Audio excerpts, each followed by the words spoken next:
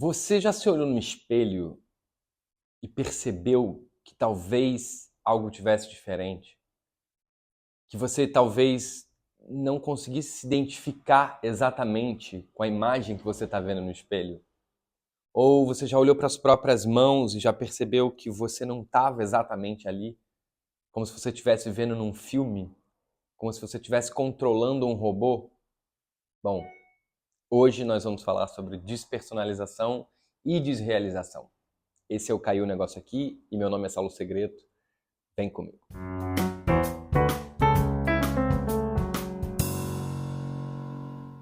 Fala, meu povo! Hoje a gente vai falar de dois processos cognitivos que giram ali em torno da ansiedade ou do estresse pós-traumático, mas que normalmente estão envolvidos em processos de muito estresse, de muita tensão, que é a desrealização e a despersonalização. Mas antes eu queria pedir para você se inscrever aqui no canal e ativar o sininho. A gente está lá nas redes sociais também, no Instagram, Saulo Segreto ou Caiu o Negócio Aqui. Você pode seguir as duas para não ficar de fora de nenhuma novidade, que ainda vai ter muita mesmo coisa boa por aqui. A despersonalização e a desrealização não é muito comentada no meio médico, psiquiátrico ou psicológico. Depois de muita pesquisa, é que eu fui entender o que realmente estava acontecendo comigo. E só alguns terapeutas ou psiquiatras falaram exatamente sobre isso. Tem um desconhecimento quase que geral e eu acho que eles incluem muito isso, ou esses processos, dentro dos processos ansiosos, o que, no meu ver, tem a ver, mas ao mesmo tempo tem uma outra maneira de lidar com isso, ou uma outra abordagem para lidar com esses dois processos que são bem diferentes de uma ansiedade normal. Um dia eu acordei, eu estava na minha época de muita ansiedade, eu acordei e eu lembro de colocar a mão assim para pegar alguma coisa, e quando eu olhei para minha mão, era como se houvesse um delay entre aquilo que eu estava sentindo de verdade e a minha capacidade de percepção daquilo que eu estava sentindo. Então, de alguma forma, era como se eu estivesse controlando o meu corpo, mas não exatamente fundido. Era como se as minhas sensações, as minhas emoções, elas não tivessem conectadas totalmente ou de uma maneira integral à realidade em si. Isso foi piorando. Eu ia tomar café, não sentia as coisas direito, eu ia falar com as pessoas, eu ia trocar com as pessoas, a sensação que eu tinha é que eu estava distante, que eu precisava, de alguma forma, alcançar a realidade. Era como se eu estivesse distante da realidade, eu tivesse que andar um período para começar a interagir com tudo que estava acontecendo. A primeira coisa que eu fiz foi me assustar muito, e fora uma agonia que dá. Porque você está vivendo e, ao mesmo tempo, a sensação é de que você não está ali. E isso é muito assustador. Bom, depois de muito trocar, pesquisar, tentar entender, eu entendi que esses dois processos se dão de uma maneira muito simples. É chamado de processo dissociativo porque você, de alguma forma, quebra um pouco a tua relação integral com a realidade, mas você não perde, como numa esquizofrenia, por exemplo, a noção do que está acontecendo. Você tem total consciência de que aquilo que está acontecendo é estranho a você. É como se você não acreditasse totalmente no que está acontecendo. Você entende essa diferença entre uma pessoa que ouve vozes ou uma pessoa que tem delírios e que de alguma forma ela não consegue reconhecer que aquilo é um delírio, até ela ter ciência de que aquilo é um delírio? É diferente de você olhar o teu corpo e falar, tem alguma coisa estranha. Tem alguma coisa diferente na minha percepção. Essa é a grande diferença. É um processo dissociativo? É, mas leve, digamos assim. É como se você quebrasse um pouco a barreira. E é estranho falar isso até porque eu lembro que quando eu estava tendo os processos de desrealização e despersonalização, a sensação era que realmente eu estivesse controlando alguma coisa. Como se o meu corpo fosse um robô e eu estivesse numa cabine controlando o meu corpo. Então era como se o meu corpo tocasse nas coisas ou sentisse as coisas e o sinal demorasse o tempo do cabo até a cabine. E isso me deixava muito mais ansioso.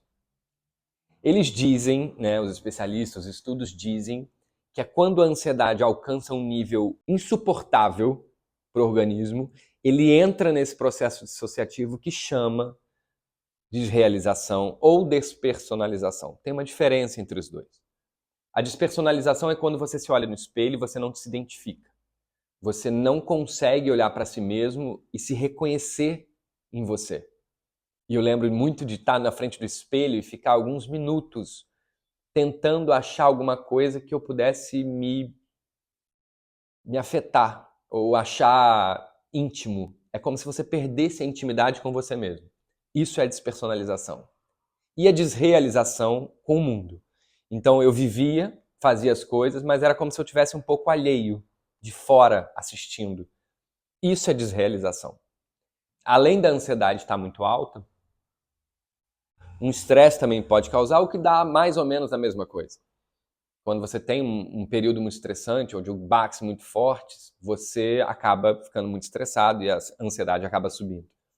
E você acaba dissociando. A maior metáfora que eu achei para isso foi quando um cara falou que é como se seu prédio estivesse pegando fogo. Você precisa agir rápido. Alguém bate na sua porta e diz, olha, seu prédio está pegando fogo. Nessa hora, você não pensa, né? Você tem que agir. Então você tem que agir rápido, você tem que pensar no que você tem que levar, por onde você vai descer, se está ficando alguém, se tem alguém dormindo. Essas coisas, essa velocidade, essa pressa de ação, ela desliga, eu acho que você me entende bem, acho que ela desliga um pouco a sensação de quem você é por alguns minutos. Você vai descer do prédio, você não precisa saber quem você é, qual é o seu nome. Tanto que se alguém perguntar qual é o seu nome, você vai ficar meio perdido, tentando achar palavras, porque é isso, no cérebro, é como se ele economizasse energia e desligasse essa parte de identificação, de afeto. Fala assim, olha, você tem que agir. Você tem que ir direto naquilo que você quer. E é isso que acontece quando você está despersonalizado ou desrealizado.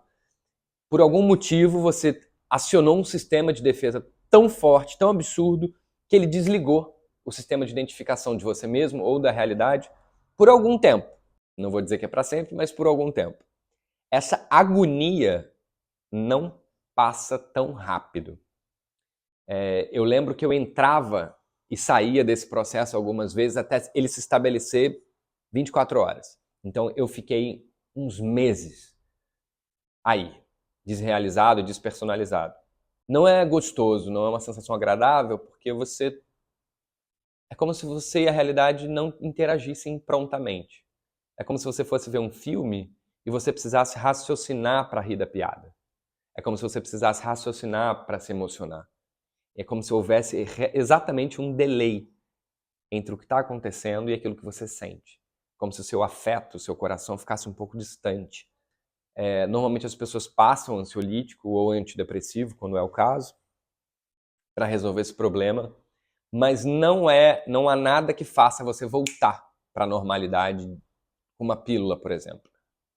É também um processo de resgate. É como se você tivesse que dizer para o seu corpo que está tudo bem aos poucos e ele gradativamente fosse desligando esse sistema de defesa. Eu li um livro chamado Nada Será Como Antes, do Heitor. Eu não me lembro o primeiro nome dele, mas eu vou colocar nos comentários. Que foi o livro que me ajudou muito, assim. Por quê? Além dele contar como ele viveu com isso, o que ele fez, ele conta a experiência dele com terapeutas, com outras questões, com outras coisas, o que é legal para como um todo. Mas uma das frases que ele ouviu ou ele leu, e eu já nem me lembro mais se é exatamente nesse livro que tem, que me pegou muito foi de um psiquiatra falando para um paciente, aí no caso não sei se é ele mesmo, enquanto você estiver preocupado em se curar, você não vai melhorar. Parece estranho a gente falar isso, né? Parece engraçado. Você fala assim, lógico, eu tô preocupado em me curar, eu tô mal, eu quero melhorar. Mas o que tem nessa frase que é sensacional é a tua ansiedade em ficar melhor não ajuda a tua ansiedade natural. Então faça o que você tiver que fazer para melhorar, para resolver. Tome os remédios, faça os exercícios que você tiver que fazer, mas acima de tudo, confie no processo ao invés de ficar o tempo inteiro se perguntando se está tudo bem. Tô melhor, tô melhor, tô melhor, tô melhor. Isso não ajuda, isso só atrapalha e é uma realidade. E de alguma forma essa frase me deu uma aliviada, assim, da pressão de melhorar. Foi quando eu aceitei de alguma forma que as coisas iam ficar assim por um tempo. e que quando tivesse melhor eu ia perceber. E foi exatamente o que aconteceu. É um retorno muito gradativo e lento, mas quando passou, eu conseguia reconhecer. Ah, passou. Mas nem sempre passou de uma vez só. Às vezes voltava um pouco, porque a minha ansiedade aumentava.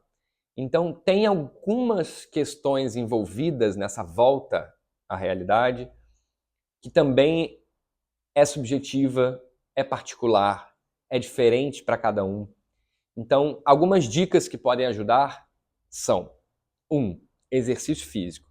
Como tudo para a saúde mental, o exercício físico é uma das melhores coisas, porque além de liberar hormônio, estimula a circulação, a vascularização e ajuda o cérebro a voltar a uma química mais organizada, mais calma e diminui o estresse. Então, o exercício físico é sempre o melhor e no livro ele fala muito disso. Faça exercício até você esquecer que você está doente, até você esquecer que tem alguma coisa errada. Outra coisa são técnicas de meditação, de relaxamento, massagem é muito bom. Algo que te tire um pouco dessa realidade incômoda que você está e que te faça lembrar de um outro processo perceptivo de normalidade. Isso vai te ajudar a levar para um outro estado. Outra coisa, que aí depende do seu psiquiatra, obviamente, é tomar os remédios. Tem remédios fitoterápicos que são ótimos para acalmar, para relaxar, para manter o teu nível de ansiedade controlado, ou pelo menos normalizado, para que de alguma forma você não esteja retroalimentando a sua ansiedade e isso consiga gradativamente ser diminuído. A despersonalização e a desrealização é um dos processos mais horríveis que eu já passei, porque de alguma forma você tem a sensação de que aquilo não vai passar. E você tem a sensação de que você não está vivendo de fato. De que você não está presente. De que você não é você. De que sua vida não é a sua vida. Se olhar no espelho e não se reconhecer direito, não sentir intimidade consigo mesmo, como se ali tivesse outra pessoa que você nunca viu, para mim é uma das piores sensações que eu já senti. E aos poucos, a partir do momento que o estresse vai passando, que a sua preocupação vai diminuindo, que a sua ansiedade vai diminuindo, isso também vai passar, devagar, gradativamente. Então, confie no processo, não leve mais ansiedade para você mesmo, então não pense na vontade que você tem de melhorar. Vá atrás da melhora, vá atrás da sua cura, mas não apresse ou não acelere os processos na intenção de resolver rápido. Tenha calma com você, com seu corpo, com seu tempo. Até para você conseguir digerir aos poucos o motivo pelo qual você está nesse lugar ou passando por isso.